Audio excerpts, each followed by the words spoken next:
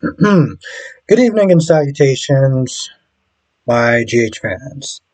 So, let's start off with Kristina, Alexis, and Sam.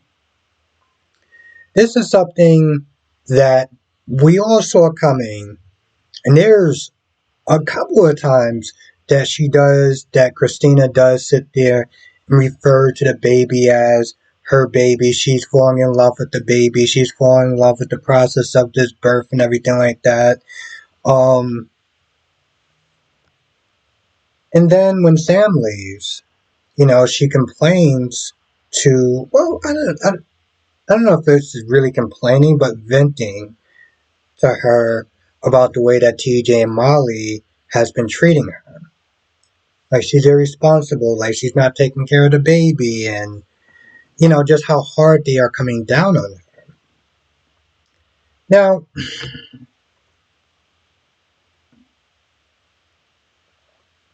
after I got a good night's sleep, thinking about it for a while,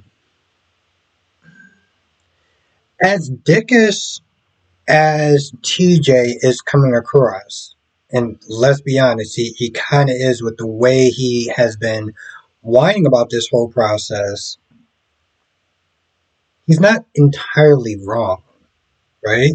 Like, Kristina knows that Sonny has been shot at more than once.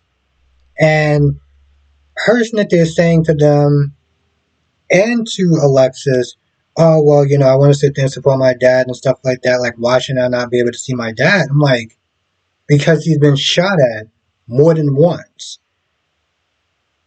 Your brother has been in a hospital, not so much because of necessarily um, being shot at, but because of the violence that's going on in his world.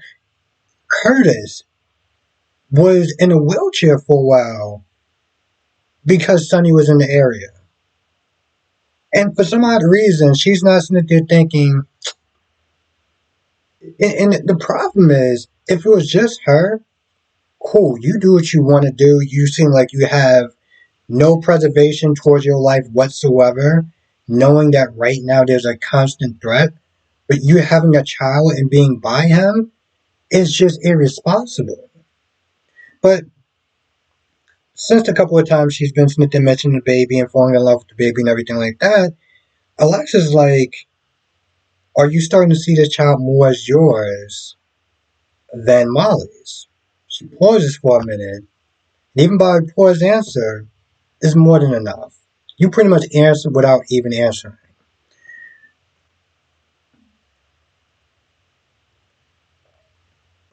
Now, Carly comes over to see Sonny.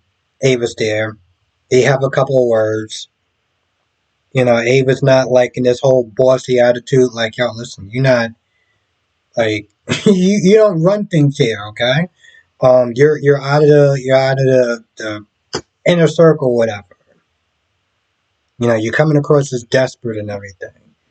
And Carly's like, yo, listen, I will talk to the ex, to my ex husband, the father of my children, anytime I damn well please.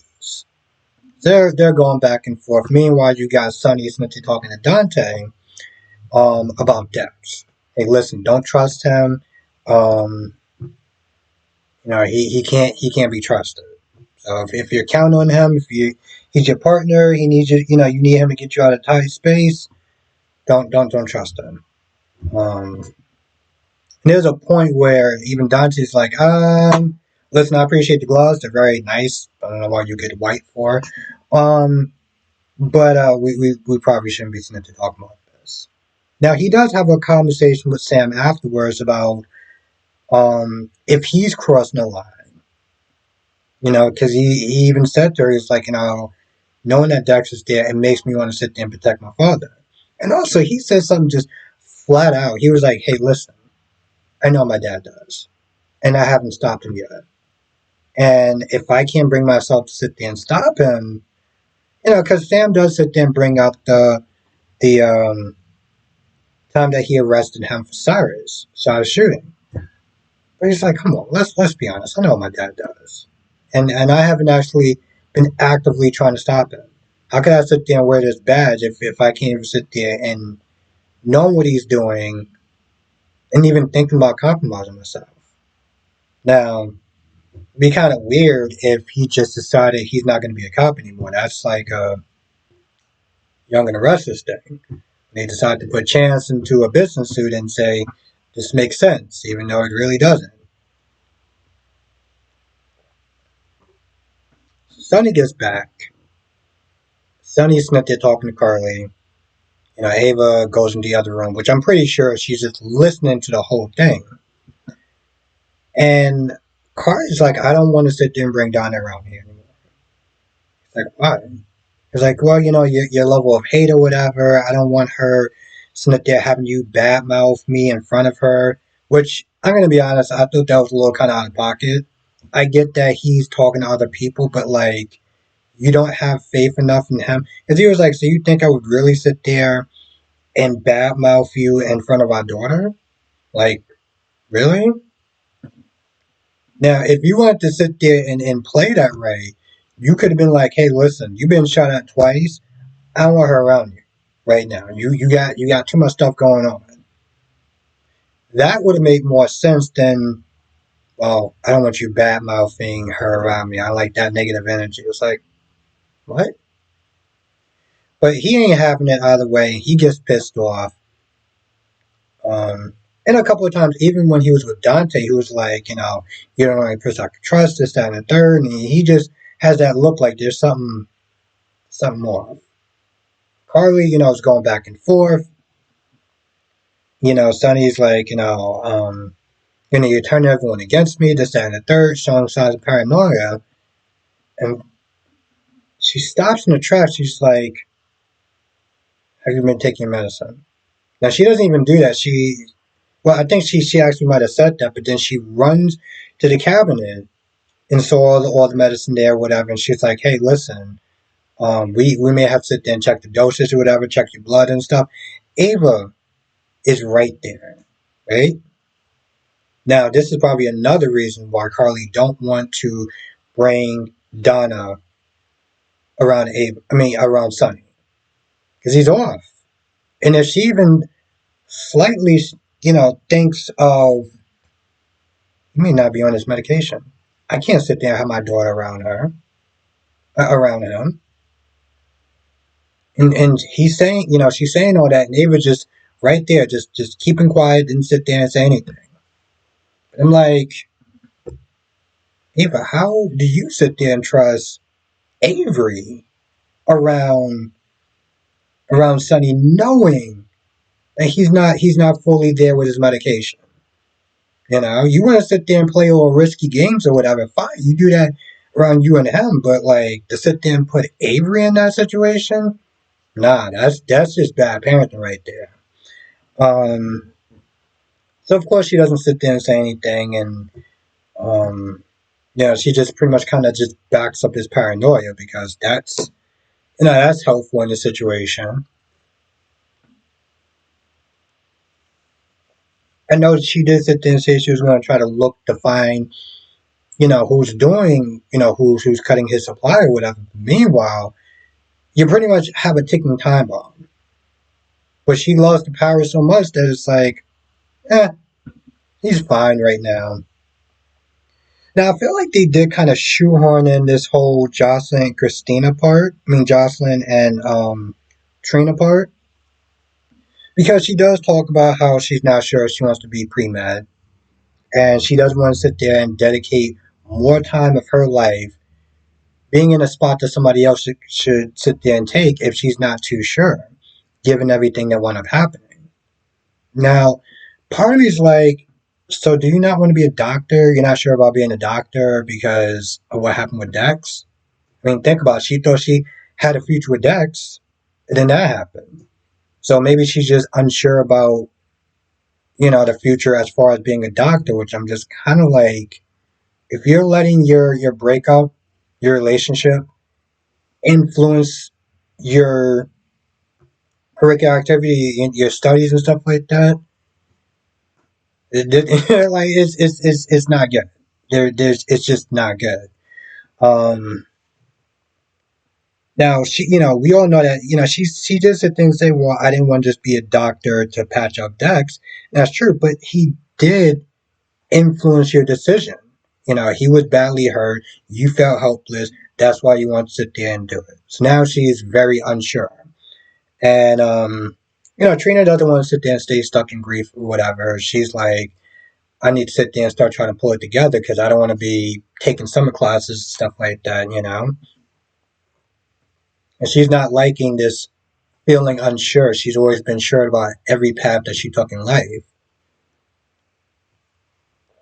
Apparently, they didn't sit there and suggest that, she's not going to go into therapy yet. Like, Kevin Collins is there. Just saying.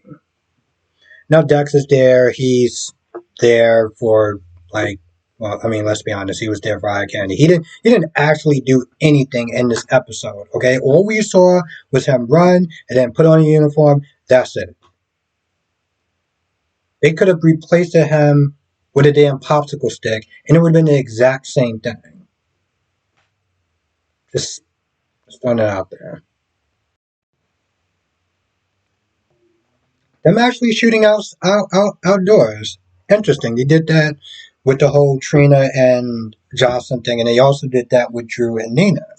You know, Drew is tagging along with Nina to go see Congressman McConkey, which is like the stupidest name possible. Listen, if your name happens to be McConkey or McConkey, whatever the hell his name is, um, sorry, I'm not exactly a fan of the name. To be fair, I wasn't exactly a fan of my name when I grew up out there. So, anyway, they go and see him, and the whole time the guy's like, "Yeah, I mean, I'm here to see you, but what is this guy here for?" So he pitches this project about the waterfront or whatever, and he's like, listen, this sounds interesting, it sounds intriguing, but he says that he has lung cancer, so he can't. He's like, there's nothing I could really do. Um, Now this is the part where it's like I'm very split about because he wants to sit there and pitch his idea. It sounds like a great idea, but the guy is basically sitting there saying that he's on borrowed time. But then he pitches it anyway, and he's like, "Well, you should sit there and do this as your final legacy." And part of me's like, there's something about it that just comes across as sleazy and kind of tactless. Like, yes, he might be doing it for the right reasons, and let's be honest, the Piers is just full of crime or whatever, so it's not like it's not going to benefit people, but the way he's going about it just seems very, I don't know, maybe if the guy didn't have cancer or whatever, even if he had something else, it still would just come across like, Ziva Nina was like, yeah, I'm sorry for my friend. We're gonna just sit there and go. And he continues to push it, and the congressman's like, because he's like, I don't know if you're gonna sit there and flip it around or whatever. I don't know, and especially the way he's going about his tactic of trying to pitch this project. Well, spider sense going on, but he's like, hey, listen, can I trust him? And Nina vouches for him because despite their content for each other, she knows that Drew is a good person, so she vouches for him. And he's like, hey, listen, I'll see what I can do, whatever. So he agrees to try to help out with the project. And I think it was just the way that he went about it that was just off putting. Anyway, I feel like that's about it. If I forgot anything, you know what to do. Come to our live stream tonight, 8 p.m. Eastern, 5 p.m. Pacific. We'll sit there and talk about all the shows. General Hospital, Days of Our Lives, Bold and Beautiful, Young and Restless. And with that being said, I'll see you in the next video.